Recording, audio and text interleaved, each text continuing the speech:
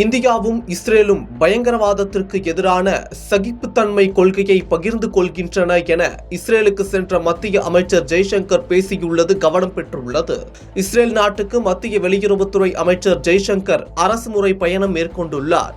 இந்த பயணத்தின் ஒரு பகுதியாக ஜெருசலம் சென்றடைந்த அவருக்கு சிறப்பான வரவேற்பு அளிக்கப்பட்டது.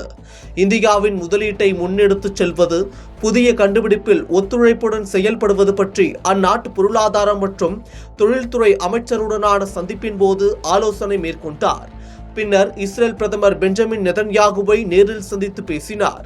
இந்த சந்திப்பு பற்றி எக்ஸ் வலைதள பக்கத்தில் குறிப்பிட்ட மத்திய அமைச்சர் ஜெய்சங்கர், ஜெருசலம் நகரில் இஸ்ரேல் பிரதமர் பெஞ்சமின் நெதன்யாகுவை சந்தித்தேன். பிரதமர் மோடியின் அன்பான வாழ்த்துக்களை அவரிடம் தெரிவித்தேன். தொழில்நுட்பம், பொருளாதாரம், திறன்கள் மற்றும் திறமை, இணைப்பு மற்றும் பாதுகாப்பு ஆகியவற்றில் ஒத்துழைப்பை வலுப்படுத்துவது குறித்து இருவரும் விவாதித்தோம். பிராந்திய மற்றும் உலகளாவிய முன்னேற்றங்கள் குறித்த அவருடைய பார்வைகளை மதிப்பிட்டேன்.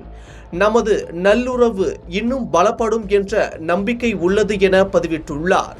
இதேபோன்று ஆஸ்திரேலியாவில் போண்டி பீச்சில் நடந்த பயங்கரவாத தாக்குதலுக்கு அவர் கண்டனம் தெரிவித்துக் கொண்டார். ஆழ்ந்த இரங்கலையும் வெளிப்படுத்தினார்.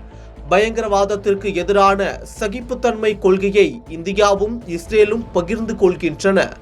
பயங்கரவாதத்திற்கும் அதன் அனைத்து வடிவங்களுக்கும் வெளிப்பாடுகளுக்கும் எதிரான எங்கள் போராட்டத்திற்கு நீங்கள் தொடர்ந்து அளித்து வரும் ஆதரவை பாராட்டுகிறோம் என்றும் அவர் குறிப்பிட்டுள்ளார்.